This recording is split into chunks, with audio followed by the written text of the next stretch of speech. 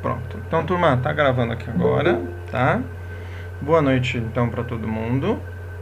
Turma, na aula passada a gente conversou um pouquinho sobre a primeira parte da unidade 4. Hoje a gente vai terminar a unidade 4.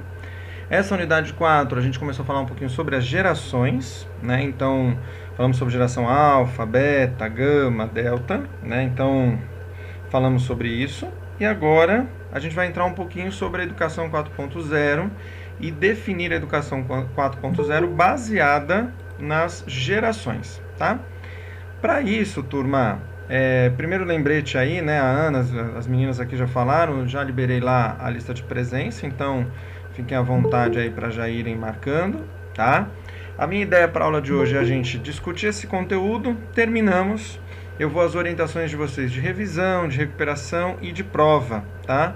Que essas três coisas aí são importantes para nós e vão ajudar aí na próxima semana, tá bom?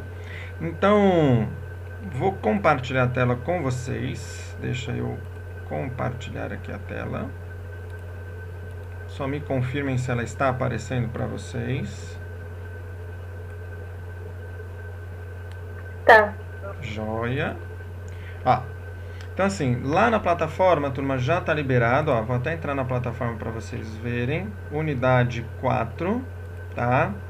Eu já liberei esse mesmo link que eu estou usando, eu já liberei ele para vocês aqui, ó, então ele já está aqui em material, parte 2. Esse aqui ainda está oculto para vocês, mas eu vou falar dele no final da aula. E todos os saiba mais que vocês vão encontrar aqui, ó, até o item 3, a gente usou... tem gente me pedindo. Até o item 3 a gente usou na parte 1. Daqui para baixo a gente vai usar na parte 2, tá bom? Então vocês vão ver que tem vários saiba mais aqui, eu trouxe vários links aqui com vídeos, umas coisas bem bacanas para vocês verem, tá? Mas vamos voltar para cá. A ideia então desta nossa parte da unidade é, primeiro, né, no nosso roteiro, entender a situação problema. Qual as mudanças para o trabalho docente advém da educação 4.0? Então vou perguntar de novo. Quais as mudanças para o trabalho docente advém da educação 4.0? Né? Então, o que o professor, o docente, né, tem aí frente ao seu trabalho, às suas atuações, né, quais as mudanças que ele percebe no seu dia a dia que estão vindo da educação 4.0? Então, para responder quais as mudanças, a gente primeiro precisa entender o que é a educação 4.0. Né? Isso é primordial. Então, nosso roteiro de hoje é definir a educação 4.0, dentro dessa definição entender quem é o aluno e quem é o professor da educação 4.0, e por fim, um campo de atuação que eu não sei se vocês conhecem, chamado Educomunicação, que é um campo de atuação que agrega algumas questões de tecnologia e comunicação ao mesmo tempo, a gente vai falar sobre isso também, tá? Então, nosso roteiro de hoje são esses 4 itens. Terminando isso, a gente fecha o nosso conteúdo e eu falo aí dos nossos calendários de prova, revisão, recuperação, tá bom? Então é isso que eu pensei para o nosso dia de agora, nesse momento agora, tá? Vamos iniciar então, e de novo, tá, turma? Estou usando aí o Prezi.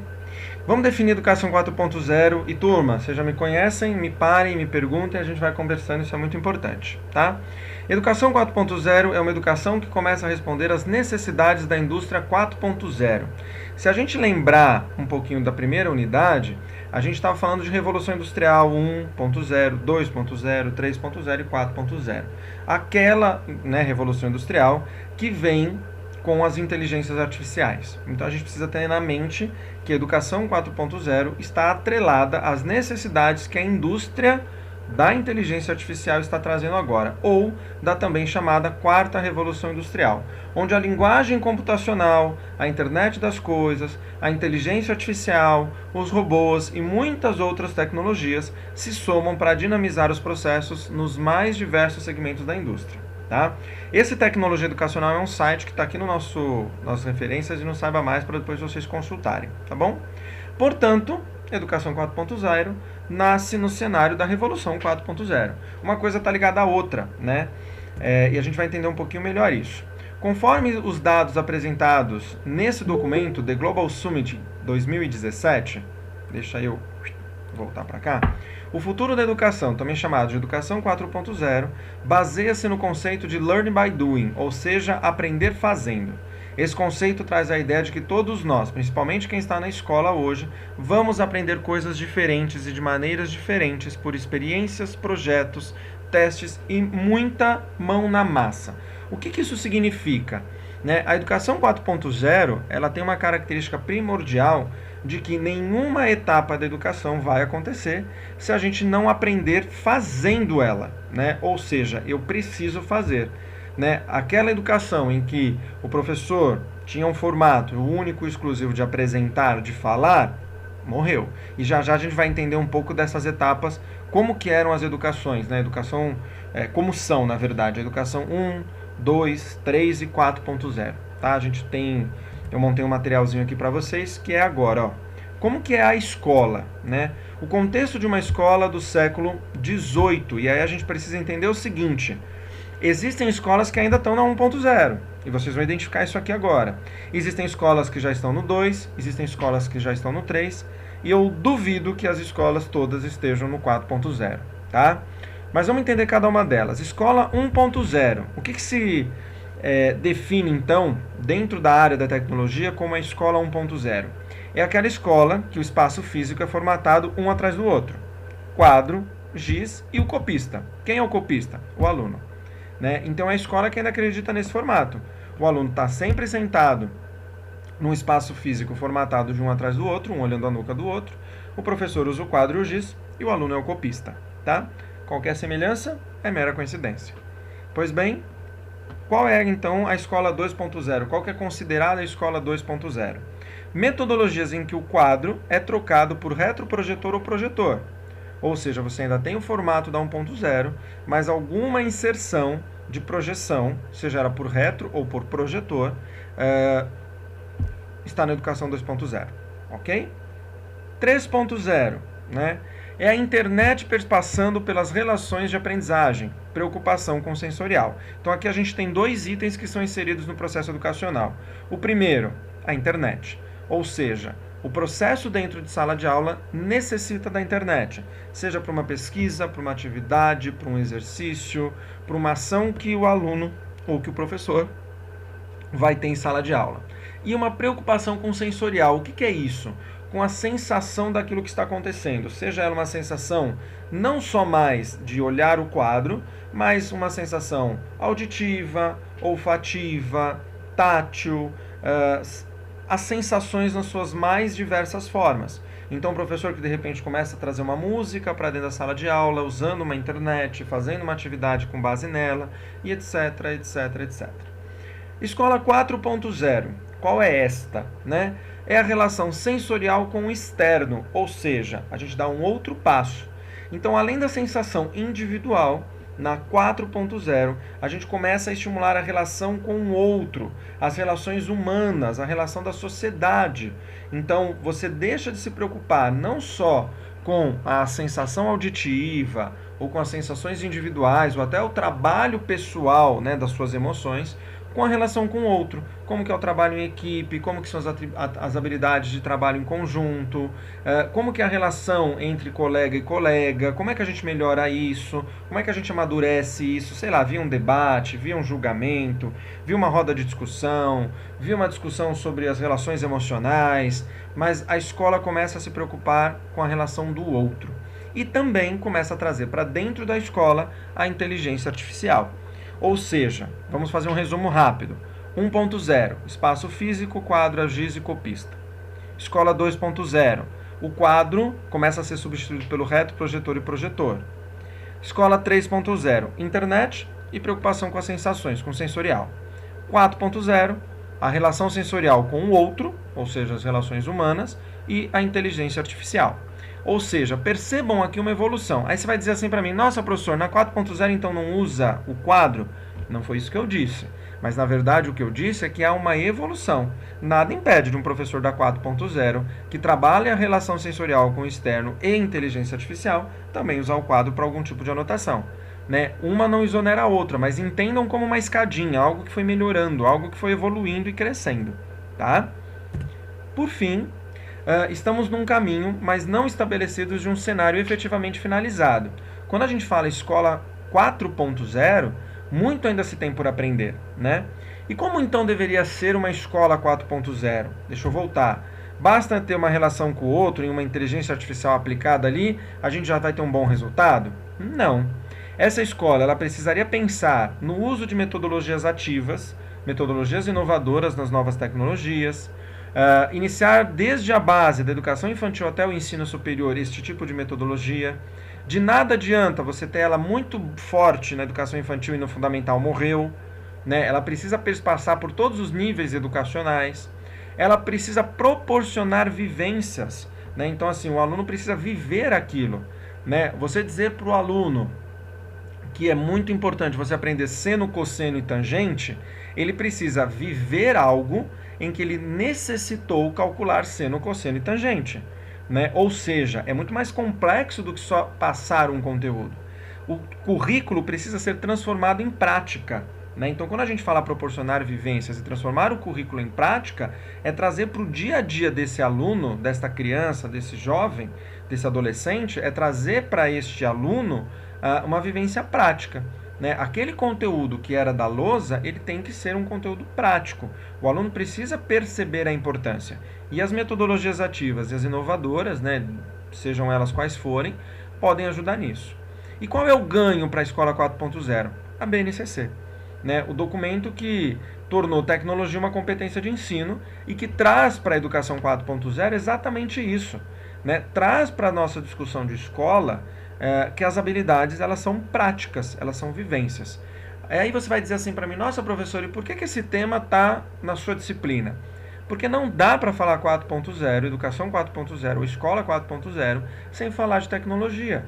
Né? A gente não consegue pensar em metodologias inovadoras nas novas tecnologias sem discutir ela, né? Sem trazer ela para a nossa vivência. E por isso, turma, na nossa próxima unidade, a nossa discussão será de metodologias ativas. Porque as metodologias ativas estão diretamente ligadas com as tecnologias. Mas isso é a próxima unidade, só depois da prova, tá? Vou seguir, turma. E antes de eu seguir, até aqui, tranquilo entender o que é a Educação 4.0, entender um formato inovador de pensar escola? Me perguntem caso tenham dúvida, por favor. Professor, ficou bem claro. Joia. Tranquilo. Maravilha. Parece meio utópico, tá, gente? E é por isso que talvez a gente não tenha escolas que eu diria para vocês, elas estão 100% na Educação 4.0, tá? Mas vamos seguir. Se a gente falou da escola, vamos falar quem é este aluno da Educação 4.0, né? Como é esse aluno? E é muito importante a gente lembrar dele. Primeiro, por que eu tive que trazer para vocês o conteúdo das gerações? Dá uma olhada ali no começo, ó. O aluno da Educação 4.0, o aluno 4.0, as características dele são as características das gerações Z e Alpha, turma. Né? A gente precisa entender que o perfil dos nossos alunos é aquele aluno que a gente viu no vídeo. Não sei se vocês lembram do vídeo da semana passada, onde a gente tinha lá as mães, os avós falando das crianças. É uma criança absolutamente antenada. Né? E olha aqui as características. São cérebros, essas crianças têm cérebros hiperconectados, eles fazem várias coisas ao mesmo tempo, está conectado com a internet, está conectado com uma música. O interesse sustenta a posição da atenção para a construção de memórias à base das novas tecnologias. Ou seja, se o professor não cria um interesse no processo, no conteúdo, se o aluno não vê esse interesse, ele não quer nem saber, ele não vai nem prestar atenção. Só que essa atenção está vinculada à tecnologia, porque para ele o celular, turma, e vocês já devem ter percebido isso, é uma extensão do braço. Eles não ficam sem celular, né? É um aluno criativo por natureza, né? Então ele vai sempre desafiar. Lembra a história do sapo, né? Quando a mãe de das crianças, ela menciona, né? Ah, mas o meu filho, quando foi desenhar, o professor disse que o sapo era verde. Ele falou, não, o sapo é amarelo. Como você sabe? Porque eu vi no Google. Também tem o vermelho, também tem... Olha essa questão de criatividade e de busca dessa criança, né? Multitarefeiro, ele consegue mexer com várias coisas ao mesmo tempo. É uma criança explorador e pesquisador por natureza. Então isso é uma facilidade para o professor. O professor pode jogar para esta criança que ele pesquise, que ele explore, que ele busque, né? Porque isso é a característica deste aluno, né? Que está diretamente vinculada às gerações Z e Alpha. né? Quanto mais próximo do alfa, mais é a característica desse nosso aluno. E logo, a partir do ano que vem, a gente já vai ter aí as gerações beta entrando na escola, né? E aí a coisa ainda piora um pouco mais. Tranquilo? Quem é então o nosso aluno 4.0? Vinculado à nossa geração alfa e Z? Sim. Joia. Então vamos falar do outro cara, um cara importante nesse processo, o professor, né? O professor da educação 4.0. Quem precisa ser este professor, né? Como fazer para que as tecnologias sejam um diferencial na vida desse professor, deste educador? Primeiro, caros professores pedagogos que estão aqui, a gente precisa quebrar a resistência, né? E o que significa isso? A gente precisa entender que tecnologia não é nosso inimigo. Eu preciso começar a olhar para ela, para quem... eu não consigo. Lembra na primeira aula quando eu perguntei para vocês assim, quem tem facilidade? Não, eu não consigo. Eu já tenho. Eu precisei por causa da pandemia. Ou seja, eu tenho que quebrar a minha resistência com tecnologia. O meu aluno vai mexer com tecnologia. Ponto. Né? Eu preciso sair da educação 1.0 e começar a me aproximar o máximo que eu puder da 4.0. Por que o máximo que eu puder, turma? Porque vai depender muito de uma estrutura de escola, uma estrutura política, uma estrutura do nosso país. Né? A educação 4.0 não vai depender única e exclusivamente do professor. Pelo contrário, o professor é o último, né, do processo. Na prática, vai precisar de uma mudança política, uma mudança econômica, uma mudança institucional, uma mudança física, institucional da escola, uma série de mudanças que envolvem este tipo de mudança. Mas o professor, né, apesar de ser o que está lá na ponta, pode ser o primeiro a começar a fazer isso. Né, e tentar sair o máximo que ele puder, e por isso quebrar resistências, e ir chegando perto da educação 4.0. A tecnologia precisa fazer parte do nosso dia a dia, turma. E quando eu digo tecnologia, é de tudo que a gente vem conversando até hoje. Não dá para a gente falar de tecnologia, né, sem falar de educação 4.0 ou vice-versa. Eu não chego a uma educação 4.0 sem trabalhar com internet, sem trazer novas tecnologias, metodologias inovadoras. Isso está ligado. Então o professor precisa ter essa característica. Para preparar o aluno que está na sala de aula hoje para o amanhã, esse relatório que eu falei no começo para vocês recomenda que se dê mais ênfase nas habilidades digitais e ao empreendedorismo na escola. Outros elementos que devem ser estimulados desde os primeiros anos escolares levantados pelo relatório foram, antes de eu continuar lendo, vamos entender o que são ênfase nas habilidades digitais e no empreendedorismo na escola. Quando a gente fala de habilidades digitais, turma, a gente até já discutiu um pouquinho sobre isso. Não é simplesmente dar um celular na mão de um aluno ou um computador, mas é ensinar este aluno como ele aprende por meio das tecnologias. Né? Uma das grandes dificuldades é assim, legal, Eduardo, muito bacana, o aluno tem que ter acesso ao celular, à tecnologia, mas ele só fica nas redes sociais. Ou seja, compete ao professor dar estas habilidades digitais, né? Como que ele pesquisa? Qual a melhor maneira? Como que ele encontra as coisas que ele está procurando? Né? Como que ele consegue administrar esse tempo e quanto tempo ele precisa ficar acessando essas questões digitais? Né? Ou seja, tudo isso são habilidades que o professor vai discutir. E o empreendedorismo na escola é sempre focar aquilo que ele está aprendendo para a vida dele. E quanto mais maduro é esse aluno, mais você pode falar da vida profissional dele, mais você pode atrelar ele à vida que ele vai ter profissional. Né? O que ele vai fazer para a vida dele, com o que ele quer trabalhar. E isso vai ser importante para esse emprego, para esse cargo. Quanto mais maduro for essa criança, esse aluno, mais você consegue trabalhar isso. Então, são dois grandes temas que o professor precisa ter clareza. Além deles, o que esse relatório traz como discussão para a educação 4.0? Né? Ele precisa saber lidar com pessoas de forma colaborativa. Educação 4.0 não permite que as pessoas pensem sozinhas, porque pensar sozinho é um único pensamento. Pensar coletivamente é a soma de vários pensamentos, que ainda pode surgir mais um pensamento somado com todos aqueles que deram as suas opiniões. Então, hoje o mercado de trabalho, hoje o nosso dia a dia, hoje as empresas, as escolas, todo mundo precisa trabalhar colaborativamente. Eu, Eduardo, aqui não ensino sozinho, eu preciso de vocês, e a gente discute, a gente conversa, a gente troca. E às vezes uma sugestão de vocês, eu mudo alguma coisa na minha aula, eu trago algo diferente e vice-versa, né? A gente precisa, dentro da Educação 4.0, ter o desenvolvimento de competências socioemocionais criativas. O que é isso? Ensinar o meu aluno a trabalhar o emocional dele. O não, ele vai ouvir na vida dele.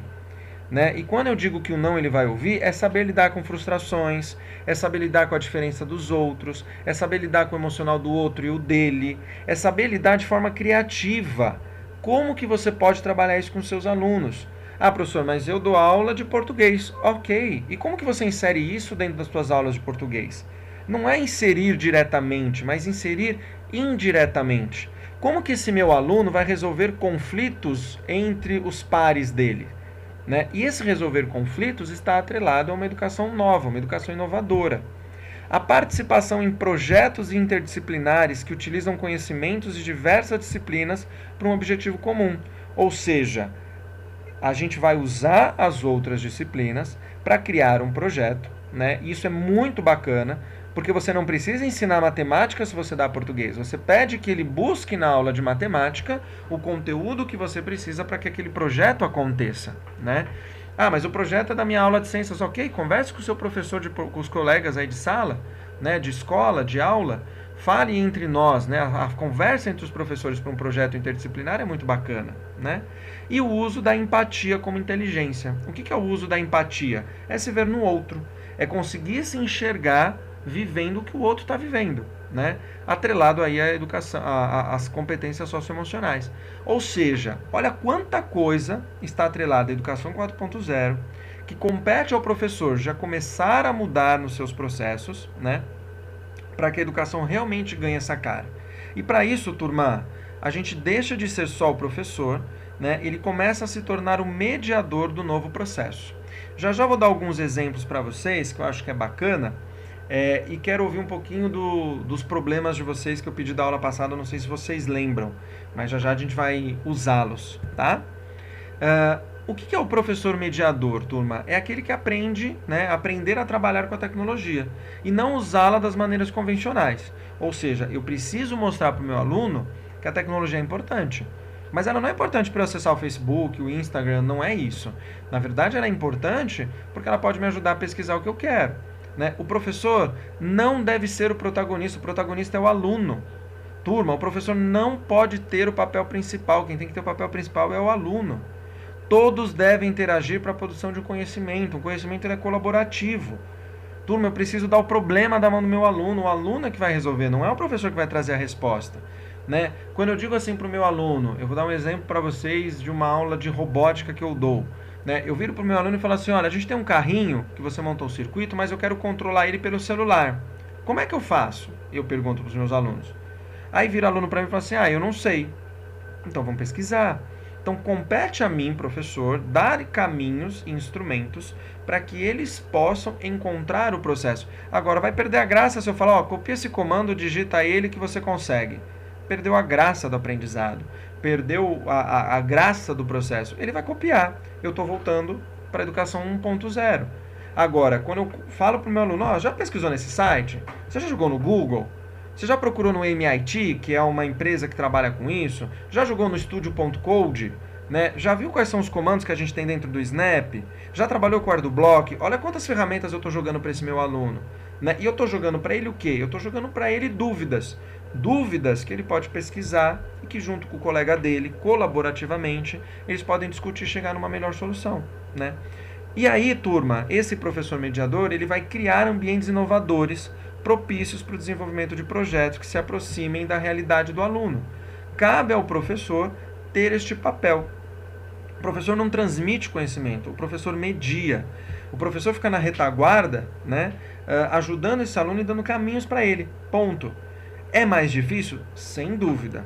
Turma, eu tive inclusive essa semana um problema com uma mãe de aluno, né, só para vocês terem ideia, numa escola que eu dou aula. A mãe mandou uma mensagem para mim dizendo que achava um absurdo o professor não ficar explicando o conteúdo e mandar os alunos pesquisarem na internet. E aí a minha resposta para ela foi exatamente a aula que eu estou dando para vocês hoje. Né? A minha resposta foi para essa mãe dizer o seguinte, o seu filho não é mais um copista. O seu filho, ele é agora um ser pensante pensante colaborativamente, protagonista do próprio aprendizado e que tem total condições de viver junto com os seus colegas e de descobrir sozinho o resultado do problema que eu dei. A mãe não responde mais nada, né? Por que ela não responde mais nada? Porque ela também está na filosofia do aluno copista. Né? A maioria dos pais hoje, né, que a gente tem na escola, e eu digo isso com conhecimento assim, dentro da escola, ele ainda acredita que o melhor ensino é o professor no giz com um aluno atrás do outro. Né? Onde o professor vai colocar o conteúdo, vai chegar em casa e ele vai querer ver o que o filho dele copiou no caderno. E quebrar este paradigma, quebrar essa visão, compete também a nós professores, inclusive em reunião de pais. Né? O professor mediador ele vai trazer um currículo dentro de um contexto, né, com um planejamento pensado para as novas tecnologias. Não há controle, turma, há aprendizagem. Né? Isso significa, o não ter controle não significa que é uma aula solta, e sim mediada, com base no interesse do aluno. Né? E aí eu digo a vocês, professores, professoras, vocês já sabem onde vocês querem chegar. A gente só precisa dar os caminhos para eles. Né? Na unidade 5 eu vou dar alguns exemplos, a gente vai discutir vários exemplos, que vai ser muito bacana. Criar um protagonismo e um interesse no aluno. O que é isso? Né? Um aluno protagonista é aquele que toma a frente. Isso não é fácil de criar. Né? É o aluno que é o responsável, que é o ator principal do teu próprio processo. Né? O que ele vai aprender? Turma, ele vai aprender aquilo que ele tem interesse. E você, professor, vai indagando coisas no meio do caminho que levam esse aluno a aprender o que você quer. Né? O interesse tem que partir do aluno. A gente precisa valorizar o processo criativo. Né? O aluno precisa ser pesquisador, turma.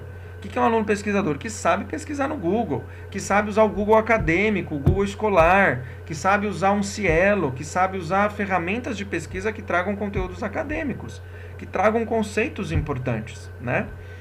Nossa, professor, isso parece muito difícil. E o é. Né? A gente tem ferramentas para isso. Mas ainda para a gente finalizar aqui a parte do professor mediador. O professor mediador ele vai dar um direcionamento no processo, auxiliando nas dificuldades. Né? Então imaginem aí, você ter uma ação em sala de aula, em que você faz seu aluno buscar, você faz seu aluno ir para o lado de fora da sala, onde você faz seu aluno trazer pesquisas e discutir com os colegas e montar algo coletivo, né? E para isso, turma, a gente tem metodologias ativas. Vocês já devem ter escutado esse termo, já devem ter ouvido de outros professores. Mas a gente tem metodologias ativas que podem ajudar nesse processo, né? E quais são elas, né? Aqui eu trouxe algumas, nós vamos discutir várias delas na unidade 5. Mas a gente tem aprendizagem baseada em problemas, né? O que é isso? Um resumo rápido, tá, turma? Mas a gente tem que discutir melhor. Uma aprendizagem baseada em problemas é onde você põe um problema para o aluno resolver. E nunca o professor dá a resposta. O professor só faz perguntas quando ele trabalha com problemas. Né? É bem um método socrático, e vocês devem ter estudado o método socrático. Né? O que é um método socrático? É um método que vem de Sócrates, onde ele nunca dava resposta aos seus discípulos. O que ele fazia? Quando alguém falava algo com ele, quando alguém perguntava, ele trazia outra pergunta. Né? E ia direcionando esta pessoa à resposta, até que a pessoa... era isso. Né? Mas não foi o Sócrates que disse, foi ele que chegou na resposta. Né? Aprendizagem baseada em projetos. O que é isso? É quando o professor propõe um projeto, este projeto parte sempre do interesse do aluno. Professores e professoras, projeto não é assim, turma, nós vamos montar um teatro para o final do ano. Isso não é projeto. Isso é uma atividade. Você, professor, trouxe a ideia do teatro. Mas eu pergunto a vocês, quem trouxe a ideia? Foi você ou foram os seus alunos? Né? Ou seja, um projeto precisa partir do interesse do aluno. Se não parte do interesse do aluno, não é legal, não é projeto. Estudo de caso é quando a gente estuda um problema, né, e pode partir de um problema que eles tenham. Coletivamente, a gente vai estudar um caso e não necessariamente eu vou chegar a uma resolução, uma resposta. Mas eu vou estudar um caso com o interesse de depois ele virar um problema. Eu vou explicar isso melhor na unidade 5. Aprendizagem por pares ou times, ou seja, duplas ou grupos, tá? Também tem um processo atrelado aqui para que você garanta que todos estão participando. Sala de aula invertida. O que é sala de aula invertida? É onde você inverte o processo. Né? O que é inverter o processo? Atualmente o professor está aqui falando e o aluno está lá ouvindo. Você inverte. Na verdade, você dá o conteúdo antecipado para o aluno chega na sala tendo que fazer algo com o conteúdo que ele pegou e, portanto, ele que vai ser responsável por trazer o conhecimento e não mais o professor media. Gamificação, né? Gamificação, jogos, discussões, brincadeiras. Design Thinking é criação, é o pôr a mão na massa. A cultura maker é a criação do fazer. Então eu vou discutir essa com vocês melhor na unidade 5, mas só para vocês terem um pouquinho de ideia de quantas metodologias diferentes nós temos. E, inclusive, uma delas para o professor mediador é o ensino híbrido, né? O que é o ensino híbrido? É a junção das disciplinas, dos métodos das aulas presenciais com os métodos das aulas EAD. É juntar essas duas metodologias num único ensino, né? E aí nós vamos discutir um pouquinho sobre ele. Antes de eu seguir até aqui, falar de professor mediador, possível? Estou falando demais nessa nossa aula. Só espero que professor, mas a gente também tem que ser. A gente tem que tentar resolver isso agora, né? Porque assim, às vezes é que a gente não é, né? A gente já tá na geração mais nova.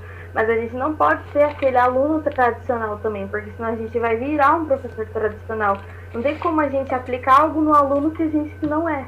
Perfeito. Perfeito, Ana, perfeito. E por isso a gente vai criar algumas ferramentas aqui com vocês. Na unidade 5 em diante são só unidades de prática, vocês vão perceber.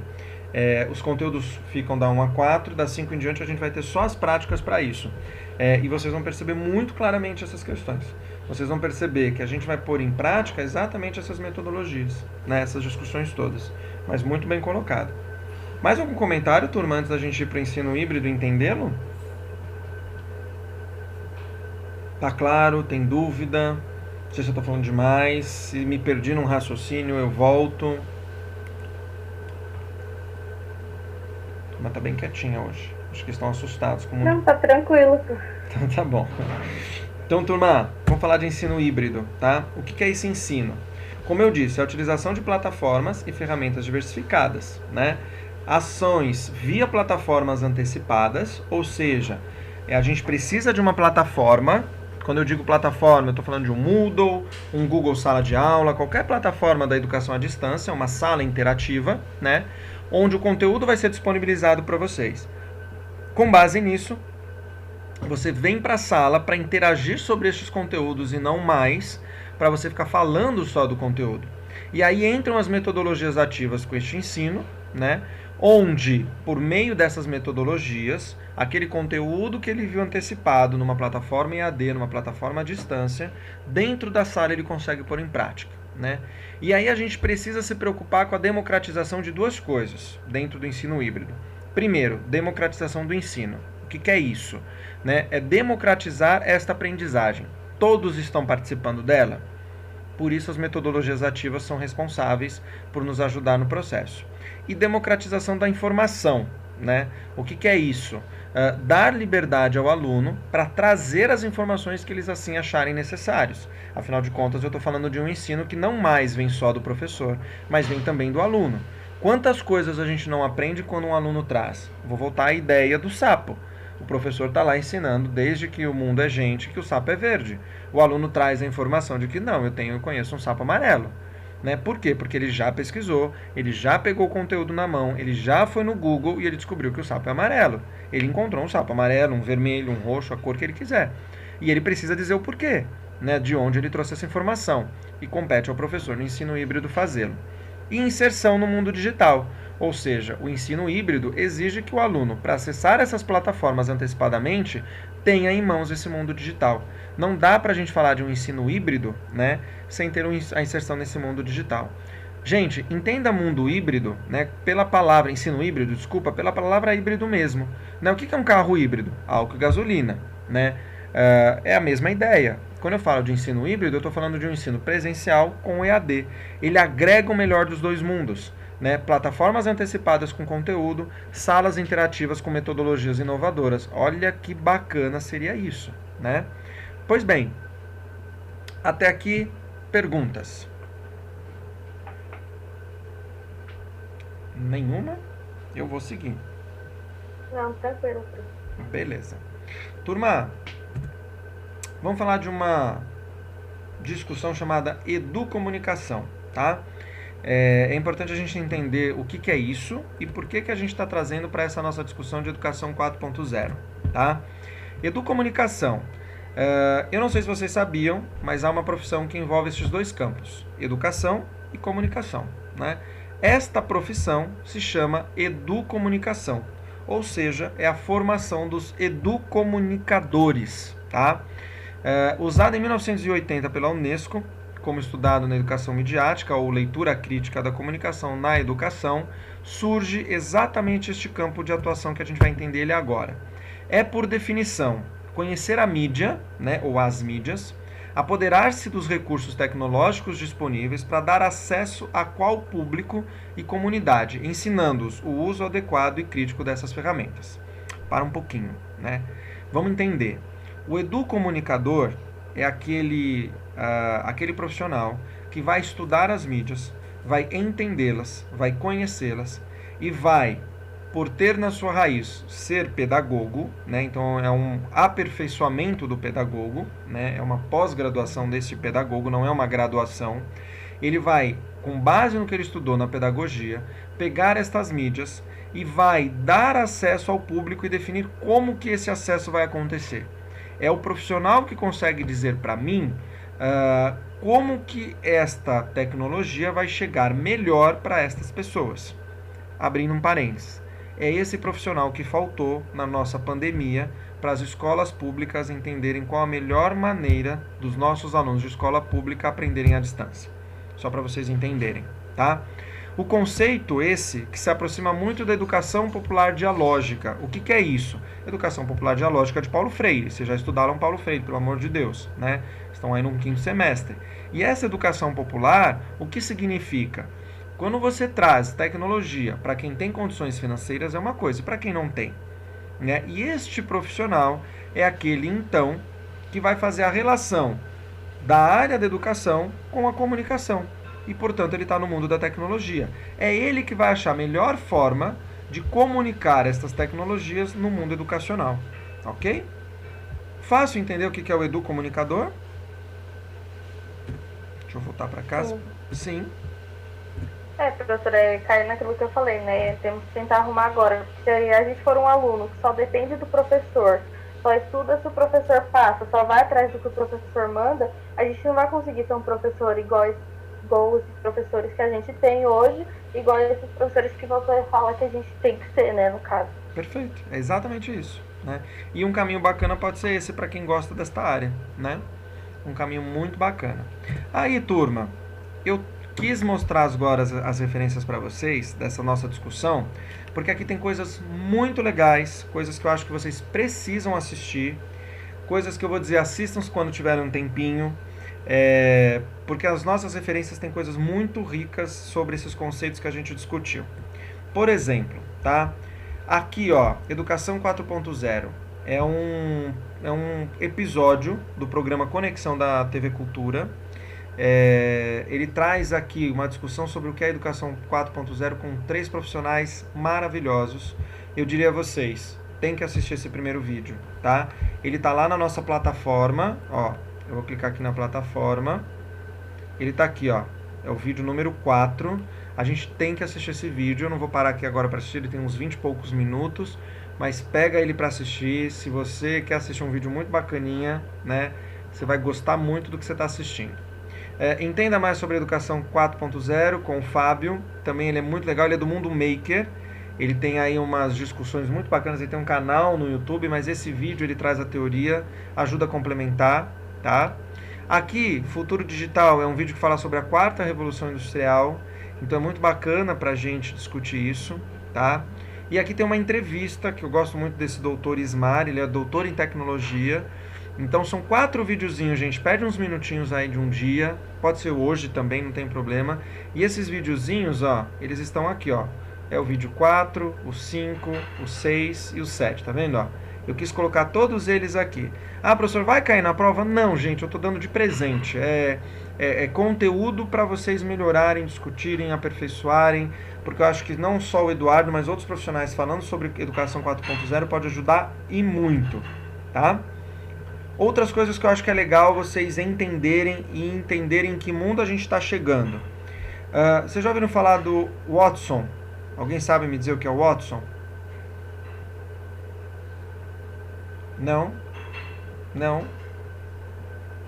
Então eu vou fazer o seguinte, eu vou colocar um vídeo para vocês, porque eu acho que agora a gente precisa, ó, para vocês entenderem rapidamente quem é o Watson, em 1 minuto. Dá uma olhadinha aqui, tô abrindo o vídeo. Ouça. Eu sou uma revolução tecnológica. Esta manhã eu li mais de 4.000 artigos sobre leucemia em menos de 1 segundo.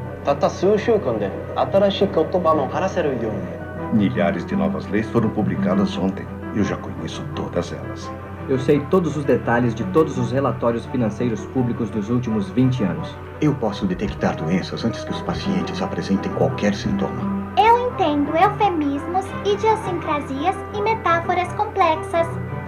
Eu posso dizer o que vai vender bem antes de virar tendência na internet. Eu posso prever o tempo em mais de 2 bilhões de lugares ao mesmo tempo.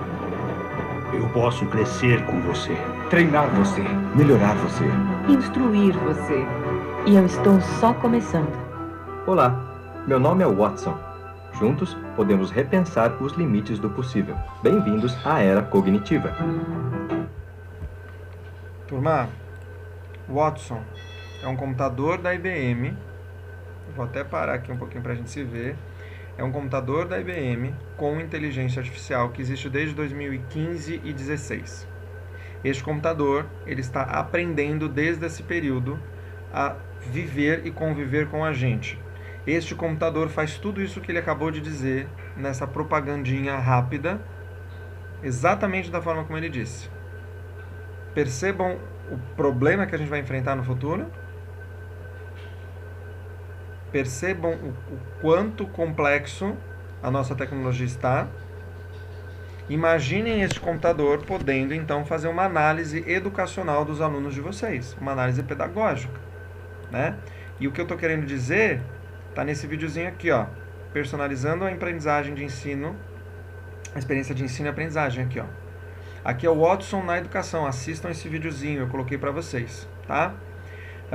Para a gente entender um pouco mais de educação 4.0, indústria 4.0, dá uma olhada aqui, ó, Uber, carros autônomos estreia nos Estados Unidos, um carro que anda sozinho, tá? Dê uma olhada nisso. Uber lança projeto de táxis aéreos, Los Angeles vai inaugurar os serviços. O que é isso, gente? É um táxi que voa, ok? Como se fosse um helicóptero, sozinho, não tem motorista, beleza? Tem gente se assustando no chat. Meu Deus, é assustador, acreditem. Aqui, ó, Uber e Embraer fecham parceria para criar carro voador. Primeiro carro elétrico e autônomo do Brasil. Fomos conferir. Aqui é uma reportagem do Tecmundo, ó, um carro que anda sozinho e é elétrico. 5 carros realmente voadores que você não vai acreditar que já existem. Drone, esse aqui eu vou pôr para vocês. Drone táxi em Dubai. Esse aqui é uma propaganda de Dubai, já fazendo a propaganda da empresa que começou com isso em Dubai. Dá uma olhada. O que é melhor para você Só neste para momento? pular a propaganda, né, gente? Não tem jeito não. Viajar ou economizar? As duas coisas, é claro. Então lá, dá uma olhada. Olhem essa propaganda. A gente não precisa entender, só olha. Esse é o drone. Ele chama pelo celular. O drone chega.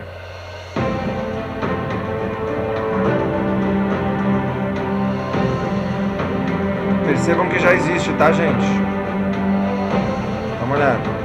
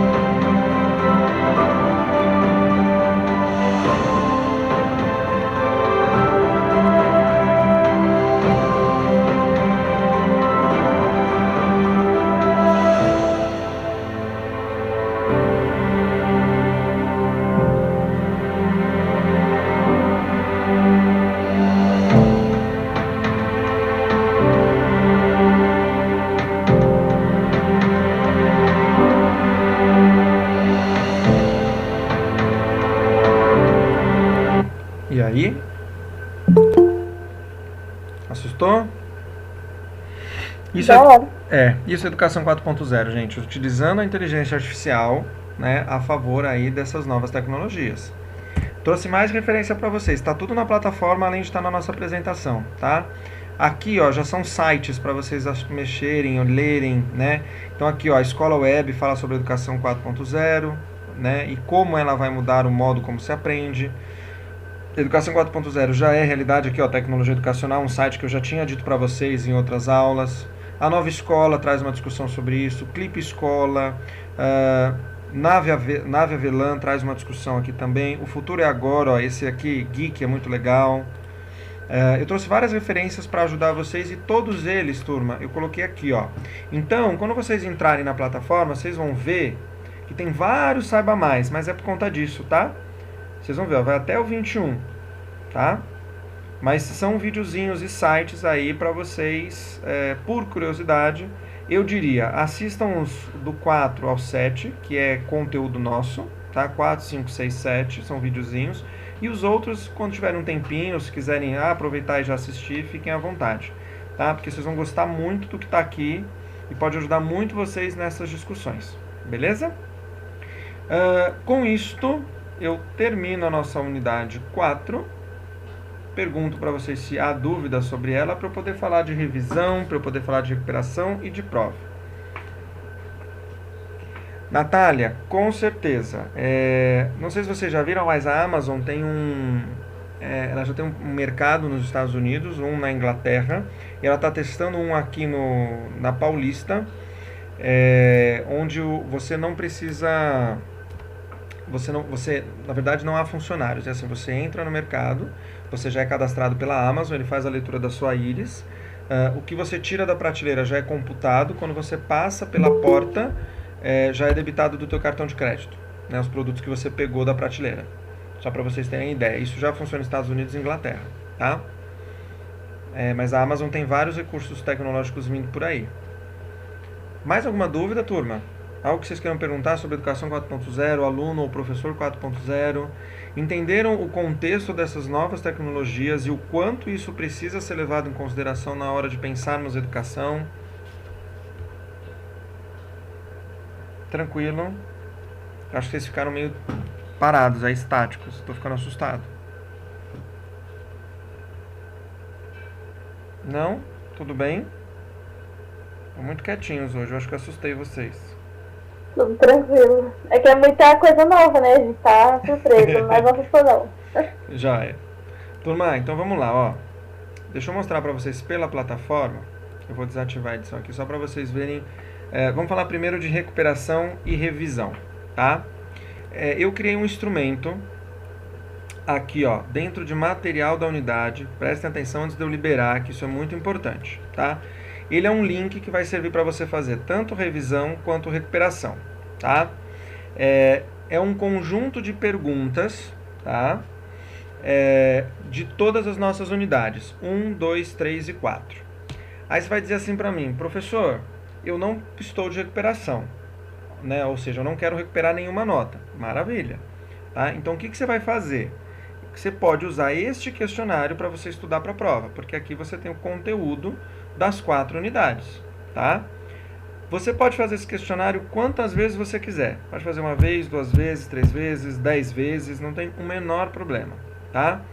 Porém, se você for fazer como revisão, como recuperação, preciso recuperar uma nota, a primeira tentativa sua é aquela que eu vou considerar como nota de recuperação. Ou seja, você que está aí de recuperação, ou seja, eu não fiz a do módulo 2, eu não fiz a do módulo 3, eu não... Ok, tá? Não tem problema. Você entra aqui, na hora que você for responder, eu vou mostrar para vocês aqui, ó. Na hora que você for responder, deixa eu compartilhar a tela, que eu acho que eu não estou compartilhando, né? Deixa eu mostrar para vocês onde ela está na plataforma. Ó. Plataforma, tá? Entrei aqui, unidade 4. Ela tá bem aqui, ó. Material 1, 2. Eu vou liberar esse link já para vocês, tá?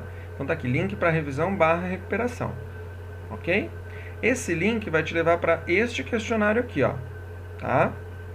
Da unidade 1 até a 4. Quando você for preencher, ele vai te pedir o e-mail, vai te pedir seu nome completo e vai perguntar para você se você quer esta atividade como recuperação ou ela só é uma revisão. Se você marcar ela como revisão, eu não vou nem olhar para a tua nota. Se você marcar ela como recuperação, a nota que você tirar deste questionário é a nota que eu considero para a sua menor atividade da 1, da 2 ou da 3. Tá? Aí você vai dizer assim para mim, tá, e se eu marquei recuperação e aí eu quero fazer de novo? A sua segunda vez, ela obrigatoriamente vai ser revisão, porque você já fez ele uma vez. Tá dando para entender, turma? E você pode, inclusive, fazer ele tanto para revisão quanto para recuperação com a consulta de todo o material, tá?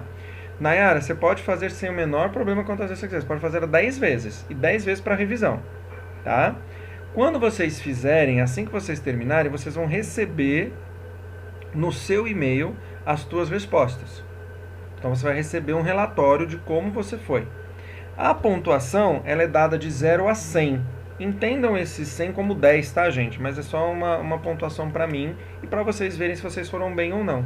Ah, eu quero fazer de novo para eu testar. Beleza, faz de novo. Vê onde você errou, estuda o que você errou, volta para o conteúdo, tá?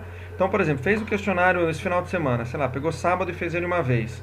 Putz, fui mal nesse. Então vai lá, volta no conteúdo, estuda ele de novo e aí faz o questionário mais uma vez. Vocês vão perceber que quando você abre o questionário, ele muda a ordem das perguntas, tá? De propósito, né? Para você de novo estudar mais uma vez, tá? Daiane, eu vou lançar hoje, tá bom? Eu tô com todas elas aqui já corrigidas, porque eu tive que baixar os arquivinhos para eu dar uma olhada, tá bom?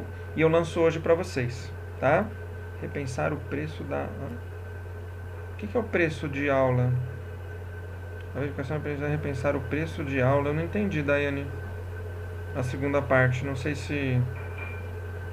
Tá, mas eu vou lançar hoje. Ah, não, Pro, é porque a terceira nota é onde está escrito verificação de aprendizagem, repensar o plano de aula. E... Essa aqui não está lançada, por isso que eu é que você escreveu preço, ó. Dá uma olhada ali. Ah, desculpa. É isso que eu não entendi. Não, agora eu entendi você falando, perfeito, tá? Tá, obrigada. Maria Aparecida, vamos lá. Vocês vão ter até o dia da prova para mexer nesse questionário. No dia da prova, quando eu começar a minha aula, eu vou parar este questionário. Vocês não podem fazê-lo mais, tá bom? Então vocês têm todos esses dias para fazer ele quantas vezes você quiser. Você pode fazer ele até o horário da nossa aula na semana que vem. Semana que vem, bem, turma, recuperação, revisão, dúvida? Porque eu vou falar da semana que vem com prova. Só vai valer uma vez, né, Prof? Se for recuperação, né? Ana, se for recuperação, vale só a primeira. Mas isso não significa que você não possa fazer ele mais vezes para continuar revisando até a hora da prova, até o dia da prova, tá? Tá bom. Leandro, é exatamente isso que eu falei para Ana. Você pode fazer. Então, você fez ele uma vez para recuperação. A primeira vez, Leandro, é para recuperação. E como é que eu vou saber disso? O Google registra o dia e o horário que vocês fizeram, tá bom? E aí eu coloco lá, mas o primeiro, né, o que você fez antes de todos, é o que vale para a nota de recuperação e você precisou habilitar lá a recuperação para eu olhar. Se nenhum seu você habilitou para eu olhar a recuperação, né, o seu primeiro você não habilitou, eu nem olho. De repente a Ana não tem nenhum para recuperação, aí eu já nem olho, tá? Porque eu estou entendendo que a Ana está fazendo por revisão, ok? Mas vocês podem fazer quantas vezes vocês quiserem para revisão. Para recuperação é só a primeira tentativa, tá? Mais alguma dúvida de revisão ou recuperação, turma? Não? Então vamos falar de prova. E se não atingir a nota para recuperar abaixo alguma outra nota? Como assim, Neiva? Se não atingir a nota para recuperar abaixo... Então, Neiva, na verdade assim, vocês tiveram 3 atividades, certo? Dessas 3 atividades que vocês tiveram, teve uma que você não fez, por exemplo, tá, Neiva? Então você faz esse questionário como primeiro para recuperação e a nota que você tirar nele, eu coloco para a terceira nota. Ah, eu não fiz o segundo, né? Fiz só o primeiro e o terceiro. Ok, então você quer recuperar uma dessas 3 notas. Ah, eu fiquei com uma nota baixa no primeiro, eu tirei 2, né? Você faz então esse questionário e de repente no questionário você tirou um ponto que você precisava. Então ao invés de 0,2 você agora está com 1. Eu arranco esse 0,2 e coloco 1. Deu pra entender, Neiva? Não sei se eu fui claro e você também será isso. Professora, eu acho que ela quer saber assim, ó, se tipo assim, ela fez a recuperação, ela tirou uma nota baixa em qualquer uma das unidades. Digamos que na recuperação, a nota dela, ela não atingiu uma nota mais alta do que a atividade que ela tinha que ter feito. Um exemplo, ela tirou meio na unidade 1, sei lá, um exemplo, e aí na recuperação ela tirou meio ou menos, aí não muda a nota dela. Acho que não muda, Ana, não muda. Se é isso, respondendo então, não muda, a nota se mantém aquela que for a maior. Seja ela da atividade do modo, da unidade lá, seja ela da recuperação. Tá bom, turma? A recuperação não é para prejudicar vocês, é para ajudar. Tá bom? Professora, a primeira nota da unidade 1, você pode me dizer qual foi a atividade? Nayara, a primeira foi um questionário. Não sei se vocês lembram, foi um questionário da unidade 1, a gente falou sobre isso, a parte histórica, né? Discutimos várias teorias, foi um questionário. O segundo, vocês montaram um podcast com e-book. O terceiro, repensaram esse e-book que vocês fizeram. Eu já estou com as notas, quando terminar a nossa aula eu vou lá e digito todas, tá? Que mais? Não me recordo, estava olhando, é isso mesmo, né? Então já respondi. Turma, então vamos falar da prova que eu acho que é importante, tá? Semana que vem, no dia da minha aula, né? Então dia 15, quinta-feira, hoje é dia 8, então exatamente daqui uma semana, vocês terão uma prova para fazer. Como que eu vou montar? Eu vou montar um questionário, tá? Vocês vão ter aí 14 questões, eu vou até escrever isso no chat para ficar registrado para nós, tá? 14 questões. Dessas 14 questões, cada questão vai valer meio ponto, tá? O que vai totalizar, então, 7 pontos, tá? Vocês terão cerca de 1 hora e 30 minutos para fazer a prova. Ou seja, a hora que você começar a sua prova, um reloginho vai começar a contar 1 hora e 30 minutos, tá? Vocês terão 2 tentativas para fazer a prova. Das 2 tentativas, ficará a maior nota delas, tá? Então, o que eu vou sugerir a vocês? Que vocês façam uma tentativa antes da nossa aula, tá? 7 horas, 7h15, como de costume, eu entro na aula e não vou dar aula nenhuma. Eu vou apenas tirar dúvidas de vocês. Então, minha sugestão, façam uma tentativa durante o dia. Tirem as dúvidas que vocês tiverem de conteúdo, tá? Comigo no dia da prova. E após tirar a dúvida, você faz a sua segunda tentativa, tá? O porquê que eu estou fazendo isso? Para tentar ajudar vocês a melhorar a nota de vocês. E a revisão também tem isso. Então, se você teve a revisão, né, se você fez a revisão ao longo da semana, ou seja, já estudou todo o conteúdo, revisou o conteúdo, você chega na hora no dia da prova, faz ela uma vez. Ah, professor, eu não consegui fazer ela ao longo do dia. Tem problema se eu fizer as 2 tentativas depois da tua aula? Nenhum problema. Eu não vou dar aula, turma. Eu vou apenas ficar aqui tirando dúvida. Eu vou ficar 1 horinha aqui, né, como a gente fica de costume, tirando dúvida de vocês. Tá? Se passar um pouquinho mais também não tem problema, mas assim, 7h10, 7h15 eu entro na aula, fico tirando dúvida. Quando eu perceber que ninguém mais tem dúvida, bateu lá 8, 8h15, e a gente encerra e eu deixo vocês terminarem a prova. Tá? Então a prova vai ser neste formato, né, com estas características. Perguntas sobre a prova. Estou pondo no chat isso que eu acabei de falar.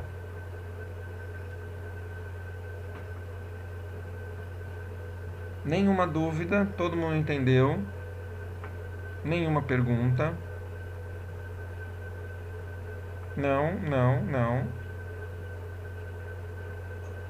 Não, pro, tranquilo. Joia. Turma, então é isso que eu pensei, tá? Tudo que a gente discutiu, tudo que a gente falou, todos os vídeos que eu falei, todo o conteúdo, tá tudo disponível para vocês, tá? Maiara, serão todas questões objetivas sim, tá bom? Por isso a revisão. A revisão tem muito mais perguntas, tá, gente? Lógico que na revisão vocês não vão ter só 14 perguntas. A revisão tem pergunta de todos os conteúdos, né? Então eu quis colocar na revisão todos os conteúdos, né? Tudo que a gente discutiu para você lembrar lá da unidade 1 até a unidade 4. Na prova vocês vão ter só 14 questões, tá bom? Então, as 14 questões objetivas, você termina a tua prova, você já tem tua nota da prova P1, da média P1. Porque você já vai ter da unidade 1, 2, 3, quando você fizer a prova, você já vai ter a somatória da sua média P1 que vai para o boletim. Perfeito? O que mais?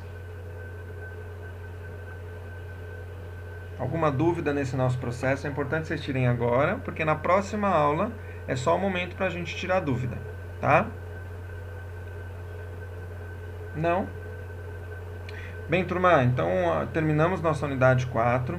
Ana, as ferramentas que eu pensei pro estágio de vocês, eu preciso só de uma resposta da Lucy. Eu coloquei a Lucy no jogo, tá? Porque ela também está a par disso. Eu acho que vocês têm um grupo de professores que também está à frente. Eu já mandei mensagem para eles para saber se eu estou no caminho certo, tá? Porque eu peguei as informações do e-mail, que eu acho que foi a Joyce que me mandou, se eu não me engano. Mas eu quero saber se esses professores que estão à frente, se eu posso disponibilizar isso. E aí eu vou reportar a vocês, respondendo a Joyce por e-mail e os dois representantes, que era o Silas, que me deu o telefone, e deixa eu pegar aqui, e a Natália, que me deu o telefone, tá? E é por isso que eu pedi o telefone de vocês, porque eu quero uma posição de quem está à frente dos estágios todos, para saber se eu não pensei besteira, tá bom? Só te respondendo do estágio, tá? Turma, alguma coisa que vocês queiram perguntar sobre esses conteúdos? Todo mundo entendeu o processo? Tá tranquilo? A gente entendeu paulatinamente aí tudo que precisa fazer? Tranquilo? Se for isso, eu vou encerrar minha aula aqui e vou já subir para a plataforma o link do nosso áudio e do questionário, tá bom? E já libero a partir de agora. Esse slide que você passou hoje está disponível? O slide já está desde que a gente começou a aula, tá? Tá bom. Eu vou colocar o link que eu estou falando, Ana, é da aula gravada aqui, dessa nossa conversa, tá? Tá bom. Além, lógico, né, a aula gravada eu subo, além, lógico, do link para revisão. Quem não tem atividade de recuperação para fazer, tá tudo bem, toca o barco na revisão, pode fazer quantas vezes quiser. Quer fazer uma no sábado, quer fazer uma, segunda é feriado, quer fazer uma na segunda, não tem problema, façam quantas vezes vocês quiserem, tá bom? Sim, Mayara, vai ficar gravado. Turma, então boa noite, bom descanso, bom final de semana, bom estudo e boa prova na semana que vem, tá bom? Boa noite, Porô, obrigada. Beijo, gente. Tchau, tchau. Tchau.